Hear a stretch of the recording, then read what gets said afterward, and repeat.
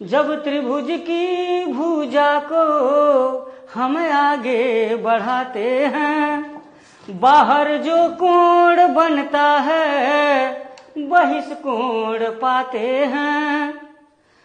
इसके मान के लिए पड़ोसी छोड़ देते हैं। ये इसका पड़ोसी कोण है और इसके दूर वाले हैं।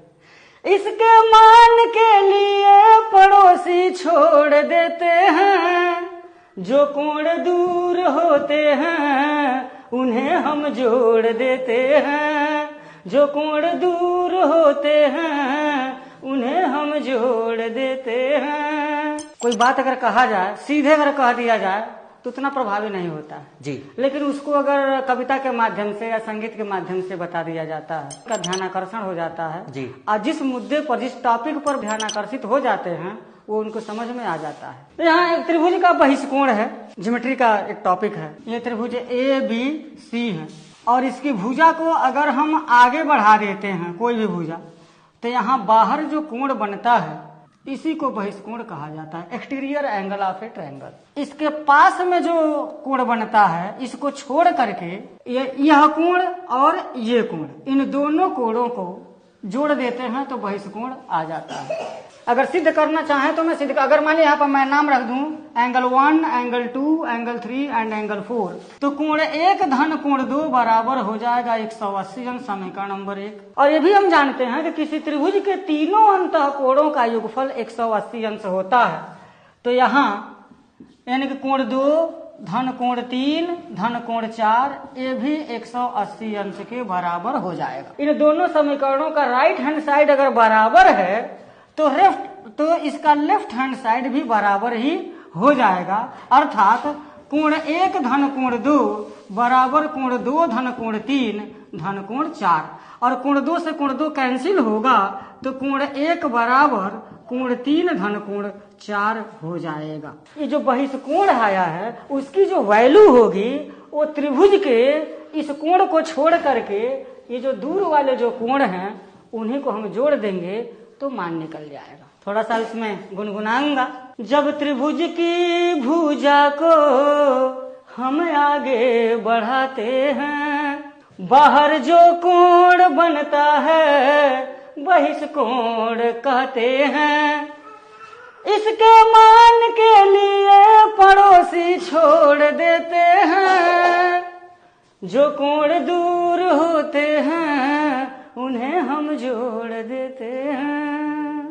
चलेगा, बहुत बढ़िया कि आप गाने के साथ साथ पढ़ाते भी हैं इसमें, जैसे इस तरीके से समझ जाते हैं। देखो समझ लो, अच्छी चीज है इसलिए। कोण, कोण शब्द सुना हुआ, कोण का मतलब ये होता है कि दो रेखाएं जब किसी एक छोर पर, यानी कि ये दो रेखाएं हो गई, एक रेखा ये और एक रेखा ये, और एक छोर पर एक दूसरे से मिली हैं, तो उनके बीच में जो झुकाव बनता है वो कोण कहलाता है। 80 डिग्री कोई भी कोण हो सकता है, अभी हम बताएंगे। अब जैसे ये रेखा और एक ये रेखा ये मिला दी तो एक ये बन गया, झुकाव है, ये भी कोण है। एक रेखा ये और फिर एक रेखा ये मिला दी, ये भी एक कोण है। हमारा जो हाथ होता है, एक रेखा ये और एक रेखा ये, और बीच में जो ये कोण बन जाता है। इसी तरह दरवाज़ा होता है, ये दीवार है और ये दरवाज़ा है, ये मान लो दीवार सीधी सीधी, तो दरवाजे और दीवार के बीच में क्या बन गया? कोण। तो हमारे दैनिक जीवन में कोण कई जगह हमें दिखाई पड़ता है। अब बात आती है कि कोण कितने प्रकार के होते हैं, तो वो भी मैंने बताया। ये न्यून कोण है क्योंकि ये 90 से कम है, ये समकोण है और ये खड़ा है 90 डिग्री एंगल, ये अधिक कोण है, सीधा सीधा हो जाए तो रिज कोण है, और इसके भी ज़्यादा पूरा घूम जाए, दूसरी रेखा घूम के आ जाए तो ये संपूर्ण कोण है। ये 180 है। लेकिन आज जो हम बात बताएंगे वो ये है कि मान लो ये रेखा, ठीक है, और इस रेखा को पर हमने एक ये कोण बनाया, ठीक है। अब आपको मान लो ये BC, कोण ABC, यानी ये कोण, तो इस कोण का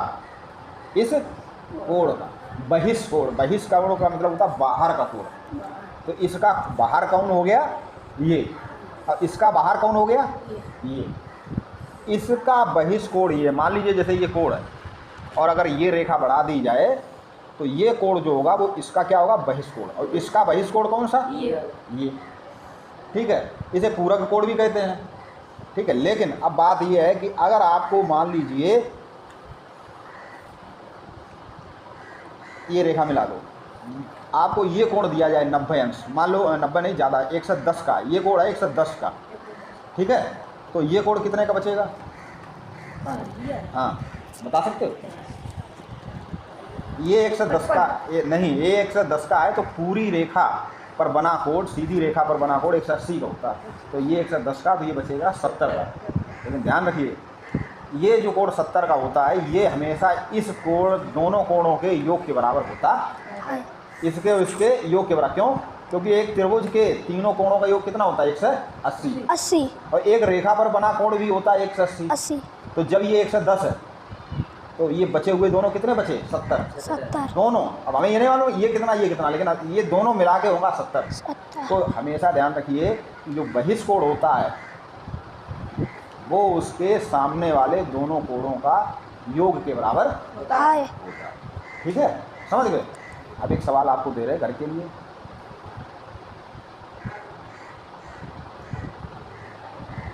इन दोनों कोणों का योग 60 अंश है। कितना, 60। ये और ये मिला के, ये और ये मिला के दोनों का है 60। तो ये कितना होगा और ये